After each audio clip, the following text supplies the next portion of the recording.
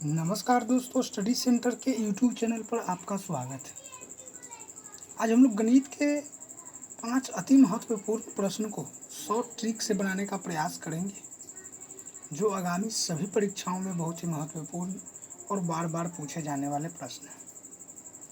तो चलिए दोस्तों, पहले प्रश्न की ओर चलते हैं। आज का हमारा पहला प्रश्न है, पिता और उसके बेटे की वर्तमान उम्र का योग 65 साल है।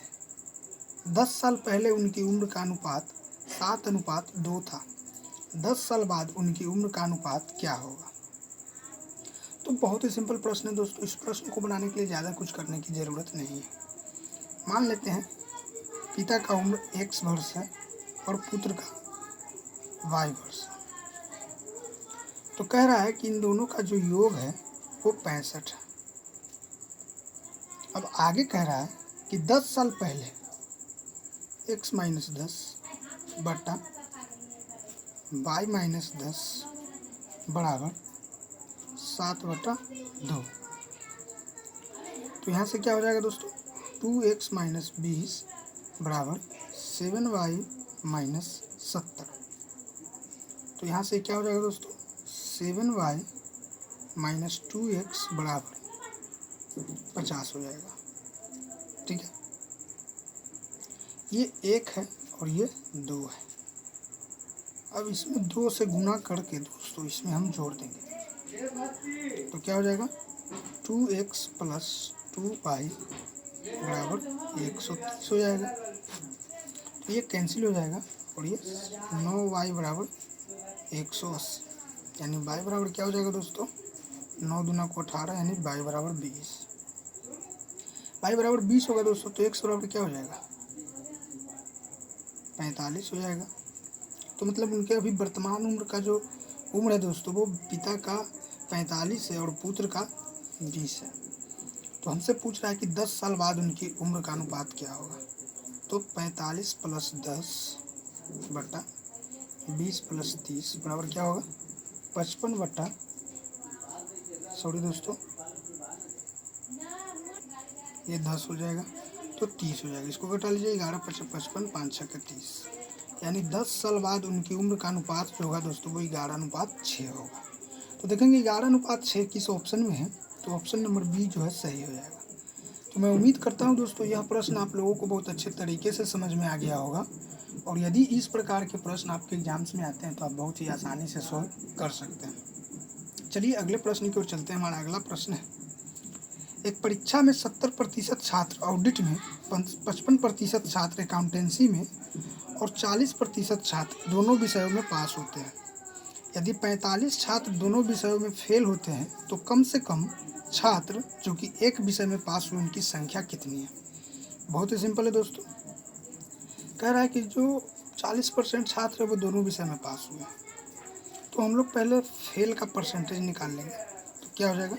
यहाँ 30% फेल है प्लस यहाँ 45% फेल है प्लस ये 40% जो है दोनों में पास हुआ है, माइनस 100 करेंगे। तो आपका 115 माइनस 100 बराबर 15%, यानी फेल विद्यार्थियों की संख्या जो है वो 15% है। तो यह 15% दोस्तों 45 के बराबर है। तो अगर कम से कम छात्र जो कि एक विषय में पास हुए हैं, तो मतलब 85% विद्यार्थी जो दोस्तों एक विषय में ज़रूर पास हुए हैं। तो क्या हो जाएगा? 45 बटा 15 गुना में 50। 15 तिया 45, 50 तिया 5 तिया 15, 8 तिया 24, 25, यानी 255 विद्यार्थी ऐसे हैं जो कम से कम एक विषय में पास जरूर हुए हैं। तो देखेंगे 255 किस ऑप्शन में है, तो ऑप्शन नंबर सी जो है सही हो जाएगा। तो मैं उम्मीद करता हूँ दोस्तों यह प्रश्न आप लोगों को बहुत अच्छे तरीके से समझ में आ गया होगा। चलिए अगले प्रश्न की ओर चलते हैं, जो काफ़ी महत्वपूर्ण है और बहुत ही सिंपल है। √2401 बराबर √7 का पावर x हो तो x बराबर क्या होगा बतलाना है। तो बहुत ही सिंपल है दोस्तों, दोनों तरफ स्क्वायर करेंगे तो 2401 बराबर क्या हो जाएगा? 7 x। ठीक है, तो दोस्तों अब यहाँ से इसको आप लिख सकते हैं 7 4 बराबर 7 x। जब दोस्तों दोनों का आधार बराबर है तो जाहिर सी बात है कि पावर भी बराबर, यानी x बराबर क्या हो जाएगा? 4। तो देखेंगे 4 किस ऑप्शन में है, तो ऑप्शन नंबर ए जो है सही हो जाएगा। तो मैं उम्मीद करता हूं दोस्तों यह प्रश्न भी आप लोगों को बहुत अच्छे तरीके से समझ में आ गया होगा।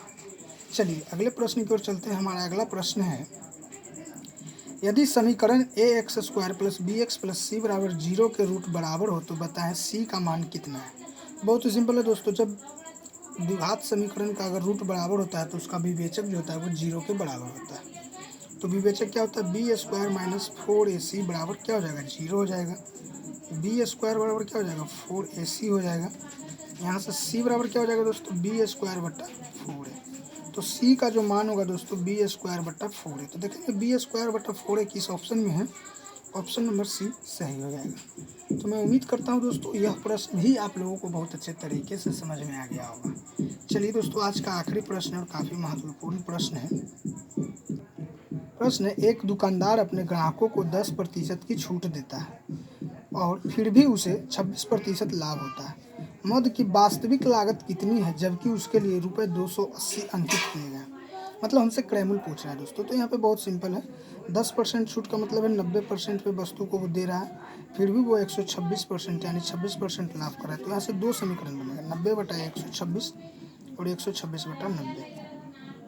तो हमसे क्रैमल पूछ रहा है तो उसके लिए हम लोग बड़े वाले को लेते हैं। तो क्या हो जाएगा, 280 गुना में 126/90। ये 0 से 1 कैंसिल हो जाएगा, ये 9 कम 9, 9 चौके 36, 28 में 14 से आप गुना कीजिएगा तो 392 आएगा। मतलब उसका क्रैमल जो है दोस्तों, सॉरी दोस्तों, ये इस तरीक़ा से नहीं बनेगा, ठीक है। इसके लिए हम लोग क्या करेंगे, कह रहा है कि 280 रुपये अंकित किया है, उस पर 10% का छूट देता है। 10% का छूट देने के बाद 252 में वस्तु मिल रहा है तो 126% का लाभ होता है। तो हमसे 100% का वैल्यू पूछा, 252/126 गुना में 100। तो ये 2 बार में कटेगा और ये 200 रुपये, यानी उसका लागत मूल्य जो है दोस्तों 200। देखेंगे 200 किस ऑप्शन में है, ऑप्शन नंबर ए सही हो जाएगा। तो मैं उम्मीद करता हूँ दोस्तों यह प्रश्न और सारे प्रश्न आप लोगों को बहुत अच्छे तरीके से समझ में आ गया होगा। तो प्लीज़ दोस्तों हमारे चैनल को, स्टडी सेंटर यूट्यूब चैनल है हमारा, उसको सब्सक्राइब जरूर करें और उसका नोटिफिकेशन बेल जरूर दबाएं और वीडियोज़ को लाइक और शेयर जरूर करें।